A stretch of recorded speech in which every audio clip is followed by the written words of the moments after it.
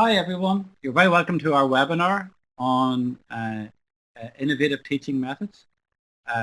My name is Canis Hamill and the company is Canis Consulting.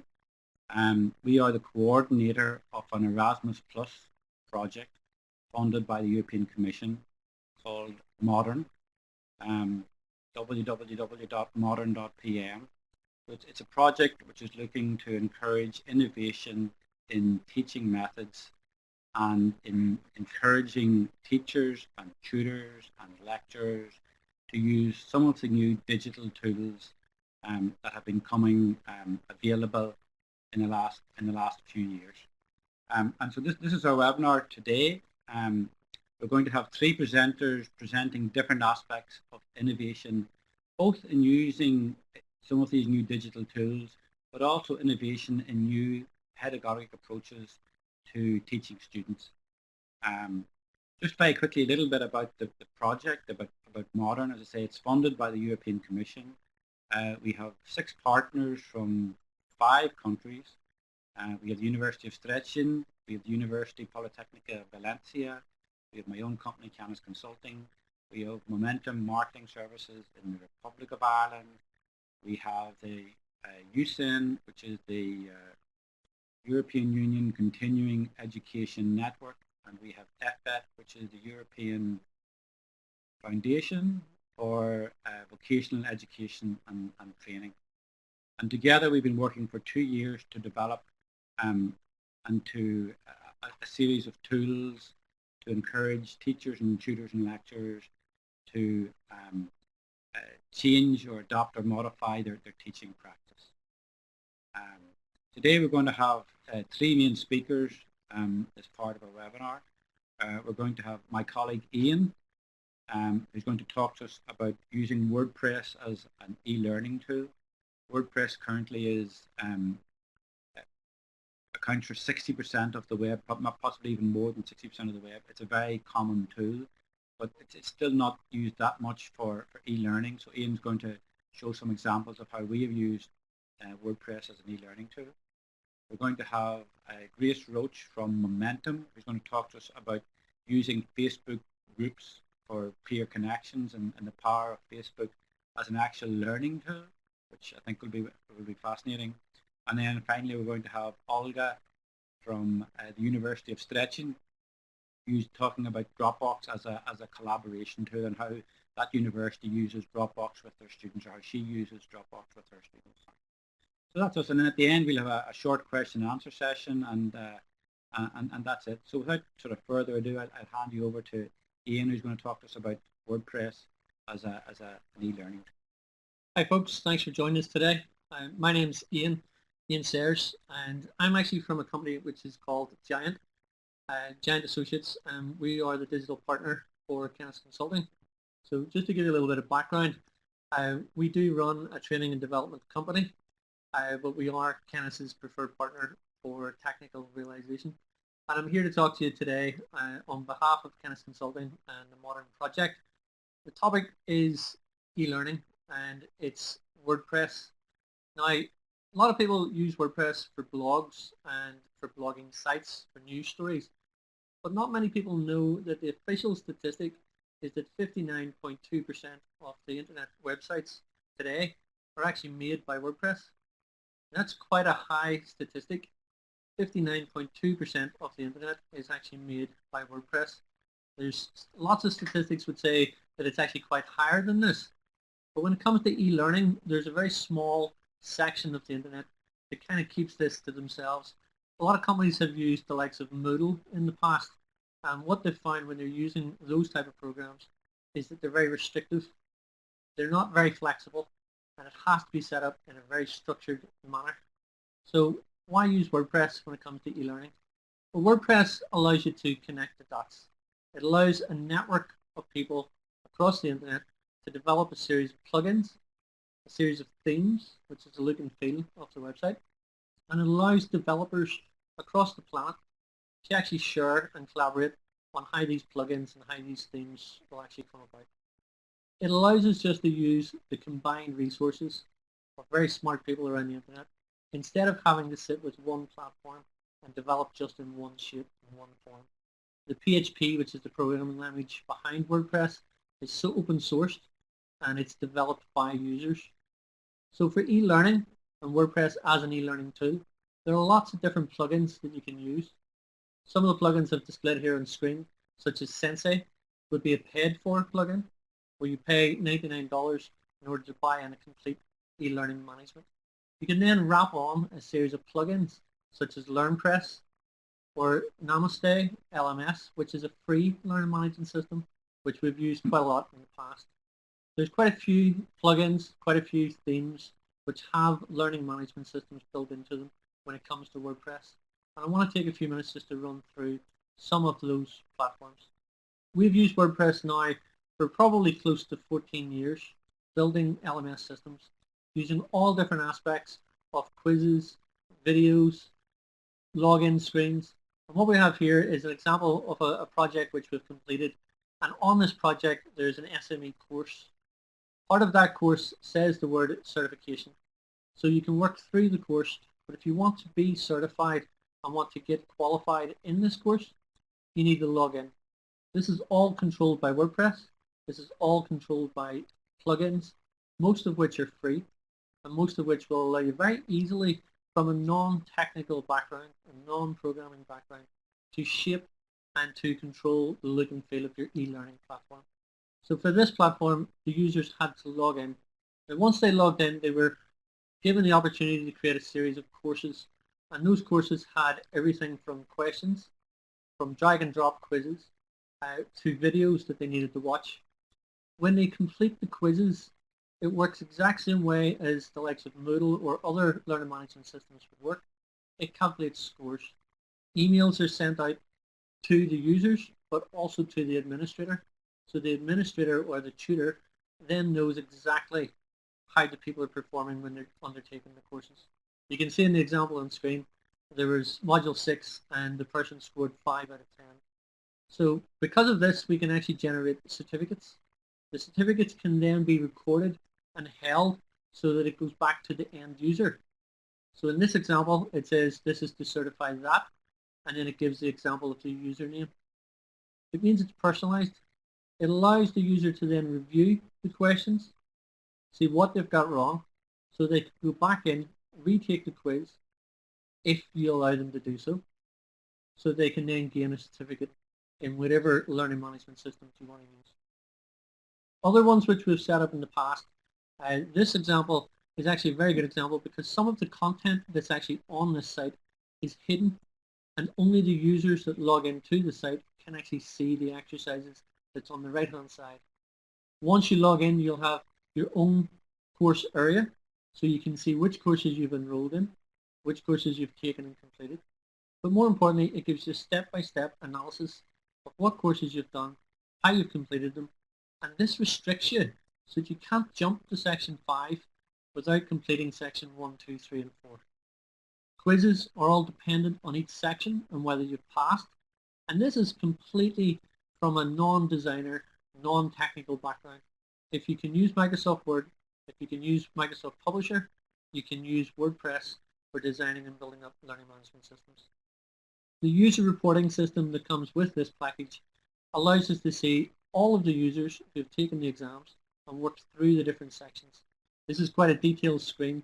It may not show up very clearly on this webinar, but it basically breaks down each and every single one of the courses and allows us to see who's enrolled, who's completed, and who hasn't started. It also allows us from the statistics to send instructions to each of the students that are coming on the courses. Those statistics then allows us for some very good detailed advanced reporting systems. Some of these reporting systems, if you're using other management systems other than WordPress, you would have to pay additional in order to get the reporting structures. With WordPress and the right learning management system, the reporting statistics are all provided for you. So why? Why use WordPress when it comes to learning management systems? Because it's cost effective. WordPress itself is free. Plugins, the themes, are low cost to get up and running, and the only main cost is your time and energy to set up the programs and connect the dots. It's flexible, It's flexible because it's made by open source. There are programmers all around the world that are working together in order to build a series of plugins, to build a series of themes, to make sure that it's always improved upon. And it's powerful. Powerful in a way that it competes with Moodle and other learning management systems, which would be very structured and very basically set up in a way that's very rigid for you, whereas this is more powerful and more open. We use WordPress an awful lot, not just for learning management systems, but for most of the websites that we would be developing. And we truly think that it's the best and most easiest way of building any type of learning management system and most of the web interfaces that you can use. My name's Ian Sayers, and if you have any questions whatsoever, by all means, just send them through the chat window. Grace is sitting busily typing away, and we can answer any or all questions come the end of this presentation. Thanks very much for your time, folks. I'm going to pass you over to Grace, who's going to take care of things. Thanks, Ian. That was certainly really interesting, and I know that I've learned a lot about WordPress. As Ian mentioned, I've used WordPress mostly for blogging, so I'll be looking forward to taking my learning to the next level and start using it as an e-learning tool. So I'm going to talk today just a little bit about Facebook groups for peer connections. I'm going to talk a little bit about, I guess, myself, my own background, and then how I'm using it to get started. So, as I said, my name is Grace Lyons, or Grace Roach. As I was introduced, I've recently been married, so I'm kind of split between two names. But so my work, I work for a company called Momentum, and we're a partner in the Modern Project. And with Momentum, I'm primarily a trainer and a course content developer. On the side, I'm telling you this because it'll just influence how I use Facebook groups. I'm also a part-time farmer and I'm a budding entrepreneur. So this will just kind of give you a bit of a background into what follows. So how and why I use Facebook groups? Well, I am a kind of a social media guru. I love social media and I'm trained as a digital marketeer. So Facebook groups for me are a place where we can collaborate, communicate and connect together. So as I say, I use them for myself, for my own personal development and to learn personally, but also I have used them particularly with regard to projects such as Modern, where there is a course that's created, but we want to have a collaborative learning element. I'll take you through how we've used Facebook groups for that particular purpose. So the first reason why I use it is to connect with my peers, and for myself, who are my peers? Well, as I mentioned, I'm a trainer, so my peers are other trainers, teachers, educators, other business professionals and entrepreneurs, and other farmers. Just for the fun, I'm throwing that in there. So this will give you, as I said, some idea of the type of groups that I'm connected with and I'm interacting with. So one of the first groups I'm going to just talk to you a little bit about briefly is a group called Tools to Triumph, and this is a group that I use for my own professional learning. It's run by a Leitrim man called Johnny Byrne. There's 345 members in this group, and it's a group that teaches you all about kind of online tools and services for your business, but also for kind of education purposes, and it's a really useful one that I'm regularly engaged in. Just to kind of give you a kind of a snapshot into the kind of discussions that happen on this group.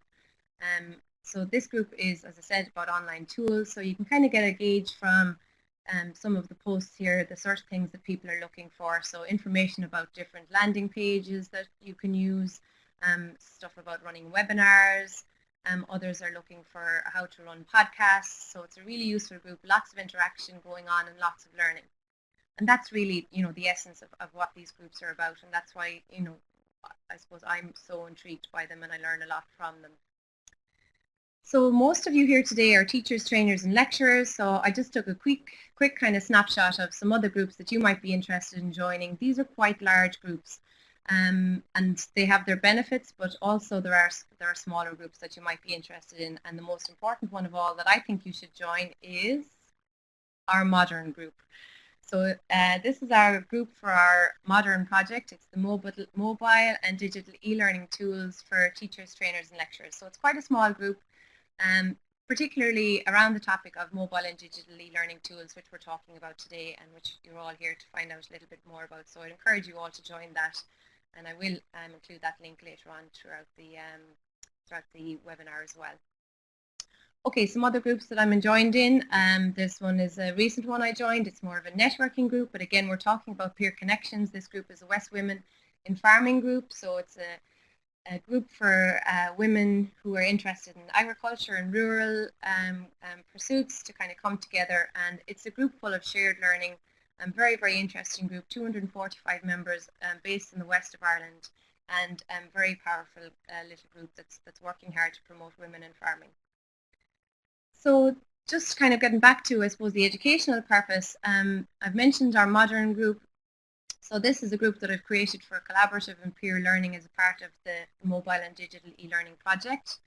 I've included the aim of this group, so you can see there the aim is to help you, the teacher, to teach more effectively through incorporating new digital tools into your day-to-day teaching. So we've a little snippet there, and again the link. We've used the same principle for another project that we're working on. That project is called Creative Entrepreneurs Selling Online, and this project is also an Erasmus Plus funded project. It is to help, as the title can kind of give a little bit of an inkling, it's to help creative entrepreneurs to start selling online, to set up e-commerce sites, and this group is set up to help those entrepreneurs to kind of learn from each other, to kind of get some advice of what works, what doesn't work, what they're having trouble with. So they take the course on the website ceoproject.eu, and then they can come to this collaborative group to kind of discuss how they're getting on and implementing some of the actions that we have suggested. So very quickly to go through some steps to how you can create your own Facebook group. There's 7 basic steps. The first one is to name your group. You need to add some people, choose a group privacy setting. I'll talk about that a little bit more in the next slide. Choose a group icon, and then complete your about section. So you'll have seen the about section from the last couple of slides.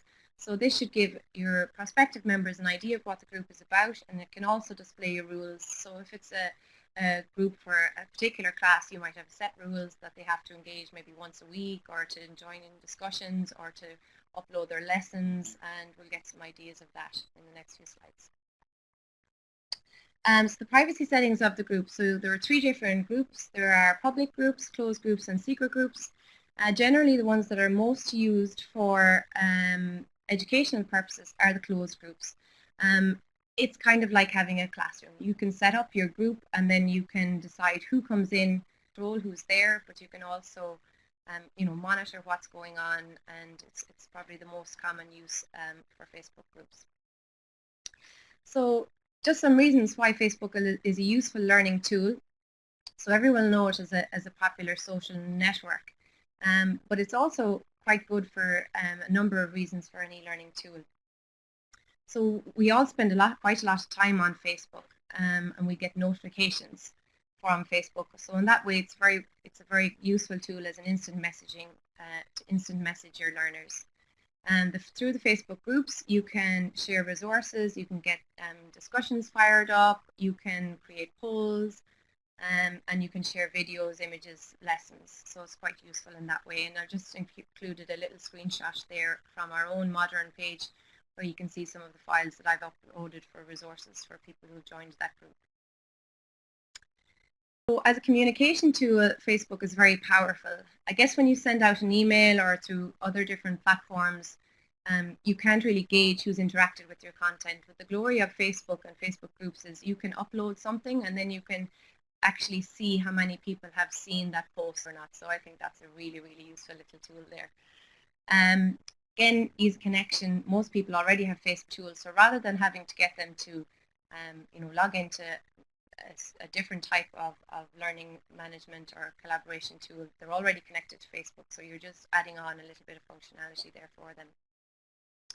So I'm getting towards the end of my little piece, and just some ideas of how you can start using, create some content for it. So we recommend that you create a closed Facebook group for a specific set of learners or a specific learning topic.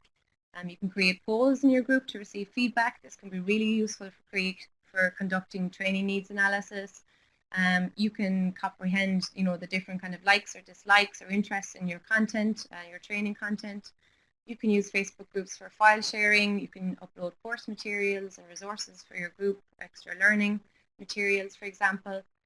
And the big thing then is about creating a very social and friendly learning atmosphere, quite informal, where people can kind of connect and collaborate. Try to remember that you can make use of all the features of Facebook, so you can use video, image resources, and all of those kind of things as well in your groups.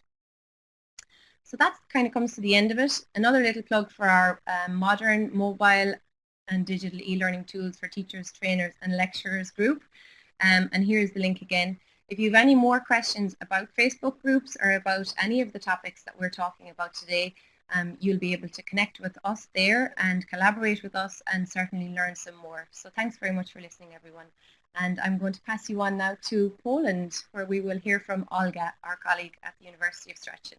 Bear with us, everyone, for a couple of minutes. We're just getting connected to Poland. If we don't get connected in the next few minutes, we do have a backup plan, but do bear with us for a couple of minutes. If you have any questions, maybe at this point, it might be a nice idea to pop them in there, and we can certainly get back to you with some answers to those questions. If you have any questions about Facebook groups or indeed about WordPress, please pop them into the chat box. Kieran, I just see your question there. The first group was called Tools to Triumph, organised by Johnny Byrne in Leitrim. So certainly take a look at that. It's a really interesting one. A question there from Anna about how handling minors in a Facebook group. I suppose, Anna, that's not something that we've come across or had to deal with. We have, we're particularly engaged with adult learners and vocational education kind of an age. But I will do a little bit of research on that for you, and I'll pop some content into our mobile digital learning group if you wanted to join that one, the modern group. Also, if anyone else has any groups that they'd like to promote, Facebook groups that they're involved in or working on, or you can pop those into the chat box as well, and we'll certainly share them. Just to say as well that after we finish the webinar, it's going to be on our website, on our modern.pm website. And just have a question here, any disadvantages to using Facebook groups? I guess, yes, there is, and there can be. Trying to keep people engaged can be quite tricky. They're quite time consuming as well, particularly if you have only one admin. So I would recommend, if there's, to try and get a couple of admins there so that you can, try and moderate it together. If there's more than one teacher, if maybe it's a group for a school, a good thing might be to have more than one admin. It is quite a lot of work on one person, but I think, the work is really rewarding. Certainly in terms of our learners, they find the adult learners find that this collaboration and peer connections opportunity is very rewarding.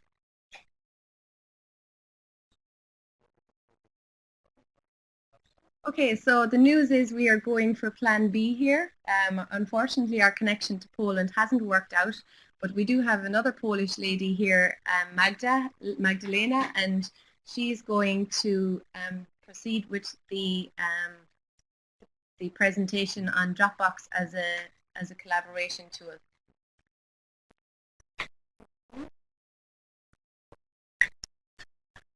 Hi everyone.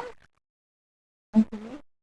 So my name is Magda, and I'm going to present a short presentation about Dropbox. I work since over 5 years now at the University of Szczecin in Poland. I was asked to present within this webinar one of the very useful collaboration tools which can be successfully used to work with students group. To present Dropbox. The reason of doing this presentation is that I use Dropbox since years, each year more effectively within many different courses I deliver at academia. Most of those courses require group work and constant exchange of material and study results between teachers and students and teachers, as well as students working collectively on tasks within courses. So at the beginning, let's try to answer the question, if and how important is collaboration at universities when we consider the education process. In many handbooks, there can be found the expression chat, expression that collaboration and knowledge sharing are pillars of education. In modern education, teachers acknowledge that they do not own the whole knowledge. Instead, they share the opinion that students bring in to the class their own experiences, which collated together can even contribute to creating knowledge, just as it happens in modern model of business active processes. It means that all participants of the education process can benefit from sharing knowledge and experiences if collaboration is properly secured and supported. So, what does it mean to secure and support collaboration? Besides creating a proper atmosphere of openness and engagement for making mistakes, there should be provided proper tools which should enable knowledge sharing, knowledge codification, exchange materials and ideas, collaborative work among students groups, and finally evaluating the work done and its constant improvement. It is a new problem for university? No, but because of poor technical support of this process, it has always been not as effective as expected by both students and teachers in terms of time and final result.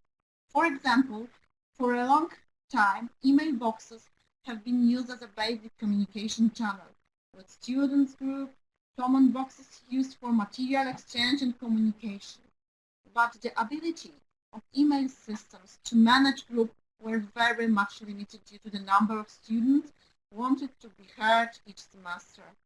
Here, Dropbox seems to be effective in guiding and managing learning process and evaluating the learning outcomes. In the Dropbox Quick Start Guidebook, there can be found information. Dropbox is a free service that lets us bring all the photos, docs, and videos anywhere. It means Dropbox is a very useful disk which you can access automatically from many different devices. Using it is very easy. After you install Dropbox on your computer, a Dropbox folder is created. This folder is just like any other folders on your computer, but with a twist. As file as you share to your Dropbox folder, is also saved to all your other computers, phones, and Dropbox websites. On the screen, you can see how easily one can access files uploaded to Dropbox. Once Dropbox is installed on your computer, exactly the same it looks like on the cell phones, and the access to install app is already available in app bar of almost all phones. Once you install the Dropbox on your computer, you can use it as all other folders by simple drag and drop a file into Dropbox folder. From the teacher's point of view, it means value lies in opening advanced opportunities for file sharing and with groups or individuals share a folder. You can easily invite your students to a folder in your Dropbox. It will be as if you save the folder straight to their computers. The computer will ask you about email addresses of people you want to share this folder with. Adding them and clicking invite on the bottom from the dialog window is enough to share the folder with chosen number of people. Those of icon of that folder changes, and you can easily check anytime you share the folder with the change it if necessary. Once a folder is shared, you can add materials to your choice anytime you want. Every time you add something to the shared folder, people invited to that folder can almost immediately see it on their computers.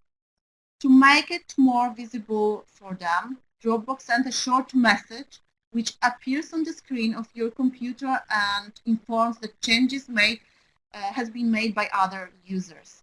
Compared to other learning management tools, Dropbox is very useful for courses with dynamic nature when, for example, the needs for material change in time, and it enables the file structuring very easy. It also supports very easy transfer the materials gathered within course with one student's group, the one which follows. As people who are invited to share a folder can also implement changes in your shared folder. Dropbox can be used as a place where students can upload their essays or other work necessary to evaluate learning outcomes. Due to the folder structure, all the work done within the course can be well organized and easy access by both students and teachers anytime. Thanks to that functionality, teachers can make comments in essays prepared by students. Students are able to see all comments immediately and implement improvements in their work, if it's a part of agreement between group and the teacher. The reviews can be also made by other students or group participating in particular course. As folders can be shared with groups and individuals, Dropbox is a platform which enables teacher individual work with each student, work with smaller groups, or with big students group. All those approaches can be applied simultaneously. Dropbox can be also perceived as a collaboration tool. However, it doesn't support direct communication between people sharing folder. It definitely supports common work on documents or other files. It means that all people sharing the folder can implement changes in shared files. This functionality can be easily used by teacher to promote group outside of the class. Unless changes can not be implemented by all of people simultaneously, like it is, for example, with Google Docs, the group work can flow easily with support of some additional tool, like, for example, Skype. When properly arranged, Dropbox can be used as tool supporting overall sharing of knowledge and experiences, observation of work of other groups participating in the course, not excluding groups from the past. Finally, Dropbox can be a useful collaboration tool for groups which members are dispersed geographically. To summarize, please let me share some final remarks related to use Dropbox in practice. Firstly, Dropbox is an excellent tool to work with students group, and as it provides opportunity to share folders with enormous amount of people without any technical issues. Besides, Dropbox is a very good tool to share all materials necessary with students, broken up into subfolders according to teachers and students' needs, especially with dynamics in course flow is needed, when dynamics in course flow is needed. The unspoken advantage of this tool is easiness of its uses. My experiences is that students have no problem in installing and using it. What is more, they love the way how it improves communication between them and the teachers and also themselves. Finally, in my opinion, Dropbox simplifies and organizes the learning process and solves some of the communication problems related to this process. Dropbox does not solve all the teaching problems, but it can be very powerful if it's properly used. Thank you for your attention. Thank you very much, Magdalena. I know we had a few little feedback that some of the presentation was a little hard to hear, but hopefully you were able to follow it and with the slides also. So I think that's probably about us. We're more or less bang on schedule. Our modern webinar was scheduled to last 40 minutes, so it actually lasted 40 minutes. I'm just looking at some of your comments here, and some of the questions that you are raising, we're answering on the chat window also. I'd just like to thank you all for attending. Hopefully you found it very interesting. We had a really great turnout.